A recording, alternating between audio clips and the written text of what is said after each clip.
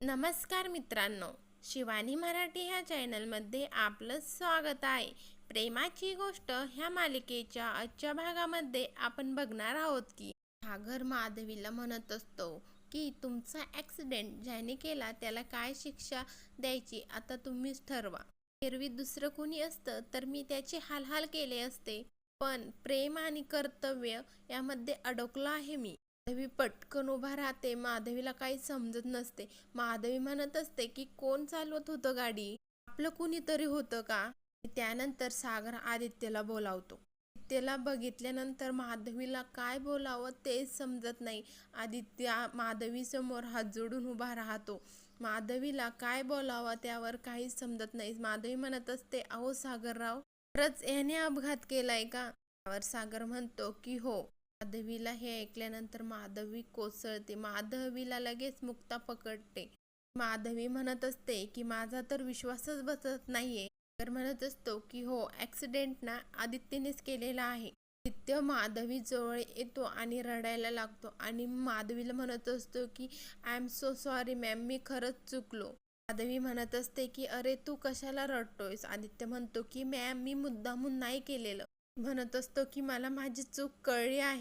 माधवी म्हणत असते की सागरराव, तुम्ही याला घेऊन जा. त्याचं शेवटचं वाक्य माझ्यासाठी पुरेसं आहे.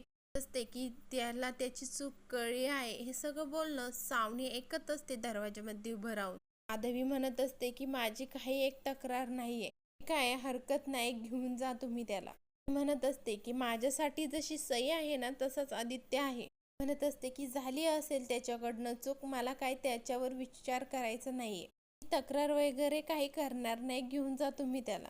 नंतर माधवी खुर्चीवर येऊन बसते आणि आदित्यला म्हणते की अरे तू गाडी चालवत होतास? त्याला म्हणते की हे बघ, तू अजून गाडी चालवण्यासाठी लहान आहेस. त्या दिवशी तुला जर काही दुखापत झाली असती तर, काही झालं असतं तुला तर. माधवी त्याला म्हणत असते की पुन्हा अशी गाडी चालवायची नाही. म्हणत असते की जे झालं ते विसरून जायचं, हीच तुझी शिक्षा. शिक्षा नसली तरी एक शिकवण आहे. ती कायम लक्षात ठेवायची. 18 वर्षाचं झाल्याशिवाय गाडी चालवायची नाही आणि रीतसर प्रशिक्षण घेतल्याशिवाय गाडी चालवायची नाही. मी म्हणते की ठीक आहे सागरराव, माझी काही तक्रार नाहीये, मी काही कंप्लेंट वगैरे काही करणार नाहीये. ते म्हणते की काय, मी आजी आहे, कारण तुमचा मुलगा आहे म्हटल्यानंतर मी आजी आहे ना. आजीच्या जगामध्ये आणि तिच्या शब्दकोशामध्ये नातवासाठी कुठलीही शिक्षा नसते. आणि त्यानंतर आदित्य सागरला जाऊन मिठी मारतो आणि म्हणतो की पप्पा, मला मॅमने माफ केलं. सागर आदित्यला म्हणत असतो की त्यांनी जरी तुला माफ केलेलं असलं तरी मी तुला माफ केलेलं नाहीये. आणि सागर म्हणत असतो की काही झालं तरी याला शिक्षा मिळायलाच हवी. सागर आदित्यला माधवी जवळ घेऊन जातो आणि माधवी समोर म्हणतो की इथून पुढचे काही दिवस आदित्य तू ह्या आईंबरोबर घालवायचे आहे आणि त्यांची काळजी घ्यायची. रात्री हवं तर तू घरी जाऊ शकतो, पण सकाळी पुन्हा इथेच यायचं आणि हीच असेल तुझी शिक्षा. सागर आदित्यला म्हणत असतो की आधी तुला आत्ता नाही कळणार, पण तुझ्या भविष्यासाठी तू यांच्यासोबत जास्तीत जास्त वेळ घालावा म्हणून तुला ही शिक्षा देतोय मी तुला. इथे राहून तू 4 चांगल्या गोष्टी शिकू शकतो. नंतर आदित्य माधवीच्या पाया पडतो. माधवी म्हणते अरे हे काय करतोय, सूट बरं तू. माधवी म्हणत असते की मस्ती करावी मुलांनी, पण इतकीही नाही की दुसऱ्यांचं नुकसान होईल. माधवी म्हणत असते की शहाण्या मुलांसारखं वागायचं. तिथेच लगेच सावनी येते आणि आदित्यला म्हणते की आदित्य चल घरी चल लवकर. आदित्य सावनीला म्हणतो की मम्मा, आपण इथे थोड्या वेळ थांबूयात का? सावनी म्हणते की नाही, मला इथे थांबता येणार नाही, त्यामुळे तू चल. त्यावर आदित्य म्हणतो की मम्मा, मग तू घरी जा, मी पप्पांबरोबर येतो नंतर. सावनी आदित्यला म्हणत असते की चल म्हटलं ना लगेच चालायचं आणि ओढत घेत चाललेली असते. आदित्य सावनीला मात्र म्हणत असतो की नाही मम्मा, थांब ना. सावनी मात्र आदित्यचं काहीच ऐकत नसते. सागर तिथे जातो आणि आदित्यचा हात बाजूला घेतो आणि सावनीला गप्प करतो आणि त्यानंतर सावनी तिथून रागात निघून जाते. त्यानंतर सागर माधवी समोर हात जोडून उभा राहतो आणि म्हणत असतो की आई, खरंच थँक्यू सो मच. आणि मुक्ताला देखील थँक्यू म्हणत असतो सागर. मुक्ता सागरला म्हणते की मी तुम्हाला म्हटले होते ना, आईकडे सर्व गोष्टींचे सोल्युशन असते. माधवी म्हणत असते सागरराव, आता काय आहे ना, आपण हे सगळं प्रकरण इथेच थांबूयात. माधवी सागरला म्हणत असते, सागरराव काय ना, आता माझी तब्येत बरी आहे, त्यामुळे मला आता छोटी मोठी कामे माझी मार्गी लावायची आहे. आणि माझ्या ना तुमच्याकडे एक काम आहे. मला आहे ना तुमच्याकडनं आहे ना एक गुलबक्षी साडी हवी आहे. आणि मिहिकाचा साखरपुडा करायचा आहे ना, मग मला साडी हवी आहे जावयाकडून. त्यावर सगळेजण हसायला लागतात. आणि दरवाजामध्ये बाहेर उभी असते आणि सावनी म्हणत असते की यांनी जसं मिहिरला माझ्यापासून दूर केलं ना, तसंच आत्ता माझ्या आदित्यला देखील दूर केलं आहे. मुक्ताने आधी सईला नेलं, मग मिहिर.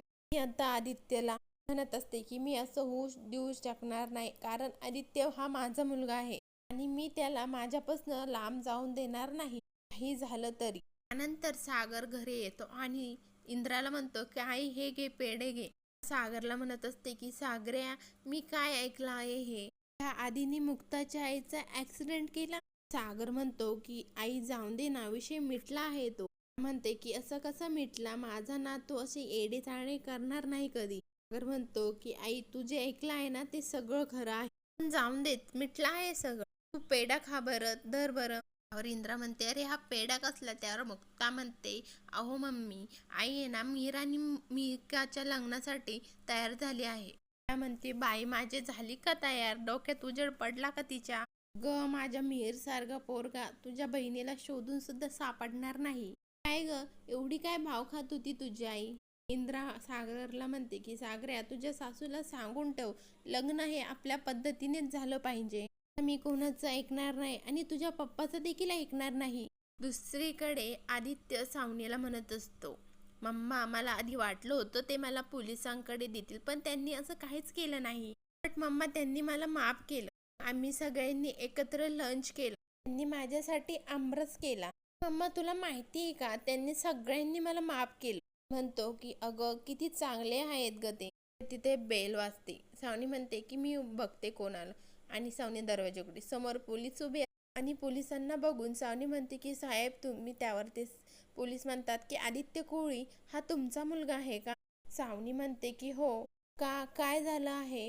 त्यावर पोलीस म्हणतात की कुठे आहे तो. पोलिसांना बघून आदित्य घाबरून जातो. मी म्हणते की काय झालं साहेब, तुम्ही त्याला अरेस्ट करायला आला आहात का. आदित्य तिथून पळ काढायला लागतो. ते साहेब लगेच आतमध्ये घुसतात आणि म्हणतात की ए थांब, इकडे या आधी तू. मी म्हणत असते की साहेब मला सांगा ना काय झालंय. त्यावर ते पोलीस म्हणतात की मॅडम याच्या नावावरती पोलीस कंप्लेंट आहे, मी त्याला पोलीस स्टेशनला घेऊन जाण्यासाठी आलो आहे. हा अल्पवयीन मुलाने लायसन नसताना गाडी चालवली आहे मॅडम, आणि ज्येष्ठ नागरिक दुखापत केली आहे. आदित्य म्हणतो सगळ्यांनी तर मला माफ केलं होतं, मग कंप्लेंट कोणी केली. त्यावर पोलीस म्हणतात की मुक्ता कोळीने केली. आणि लगेच काय मुक्ताने केली. त्यावर ते पोलीस म्हणतात की हो. पोलीस म्हणतात की आदित्यला चल. त्यावर सावनी लगेच आदित्यला बाजूला घेते आणि म्हणते की साहेब प्लीज माझ्या मुलाला सोडून द्या, मला अरेस्ट करा, मी त्याची आई आहे, पण माझ्या मुलाला सोडून द्यावं. आणि म्हणते मी तुमच्या समोर हात जोडते, तर पाया देखील पडते, प्लीज माझ्या मुलाला ना घेऊन जाऊ नका. ते पोलीस म्हणतात की ठीक आहे मॅडम. पोलीस म्हणतात की मॅडम तुमच्या बोलण्यावरून सोडतो मी याला. म्हणत असते की मी शब्द देते माझा मुलगा पुढे असं काहीच नाही करणार. ते तिथून निघून जातात पोलीस. आणि सावनी म्हणते बघितलंस ना बेटा, तू म्हणत होता त्यांनी तुला माफ केलं, बघितलंस ना काय झालं, मुक्तानेच तुझी कंप्लेंट केली. ते म्हणत असतो की एक नंबरची चिटर लोक आहेत, त्यांनी माझ्यासमोर गोड बोलून माझी कंप्लेंट केली, त्यांच्यावरती विश्वास ठेवायला नको हवा होता. हर्षवर्धनने आणि सावनीनेच मिळून हा प्लॅन केलेला असतो पोलिसांना बोलावण्याचा. हर्षवर्धन पोलिसांना बाहेर उभा राहून पैसे देत असतो. दुसरीकडे मुक्ता आणि सागर रूम मध्ये असतात. मुक्ता कपड्यांच्या घड्या घालत असते. सागर मुक्ताला म्हणत असतो की आज तुम्ही खरंच खूप खुश दिसताय. त्यावर मुक्ता म्हणते की हो मी आज खरंच खूप खुश आहे. आज आईने किती दिवसांनी स्वतःच्या हाताने जेवण बनवलं माहितीये का तुम्हाला. जे अख्खं जेवण बनवणे इतपत ती बरी झाली आहे ती. आदित्य देखील आज किती जास्त खुश होता. आणि मुक्ता सागरला म्हणत असते की तुम्ही बघा आता आदित्य काही एक चुकीचं करणार नाही. मुक्ताला म्हणत असतो की थँक्यू मुक्ता, तुम्ही जर नसताना मी देखील आदित्यला ह्या मार्गावर घेऊन आलो नसतो. मुक्ता म्हणते की खरं तर थँक्यू तुम्ही आईलाच म्हणा.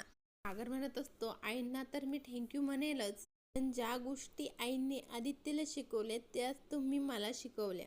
आणि सागर मुक्ताचा हात हातामध्ये घेतो आणि मुक्ताला म्हणतो की थँक्यू. म्हणत असतो की तुम्ही मला रागावर कंट्रोल कसा करायचा हे शिकवलं. त्यांचं महत्त्व शिकवलं. सागर म्हणत असतो, मुक्ता आता तुम्ही बघा, आदित्यच्या मनातील तुमचा राग हा लवकरच जाईल. मुक्ता म्हणते की ते होण्यासाठी मी काहीही करायला तयार आहे सागर. मुक्ता म्हणते की होईल ते. म्हणत असते की एक मात्र नक्की, तुम्ही आणि मी मिळून आदित्यला मात्र आता चुकून नाही द्यायचं.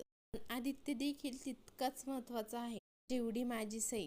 भागात आपण बघणार आहोत अवनी हर्षवर्धनला म्हणत असते की सागर आणि मुक्ताची प्रोफेशनल बदनामी झाली पाहिजे. त्यावर हर्षवर्धन म्हणतो की त्यासाठी मी आधीच माणसं कामाला लावलेली आहे. आरतीचा फोन मुक्ताला येतो आणि मुक्ताला आरती म्हणत असते की हॅलो मॅम, इथे खूप मोठा प्रॉब्लेम झाला आहे, क्लिनिकला कुलूप लावला आहे. मुक्ताला घरी एक नोटीस येते. मुक्ताचं लायसन्स कॅन्सल झालेलं असतं. सावनी म्हणत असते की आता मुक्ताचं लायसन्स कॅन्सल झालं आहे, तिला आता जेलमध्ये जावं लागेल. येईल सागर कोळी आपल्याकडे दयेची भीक मागत. बघूयात पुढील भागांमध्ये मुक्ता जेलमध्ये जाणार की नाही. पुढील भागाच्या डेली अपडेट पाहण्यासाठी शिवानी मराठी चॅनलला सबस्क्राईब करा, लाईक करा. धन्यवाद.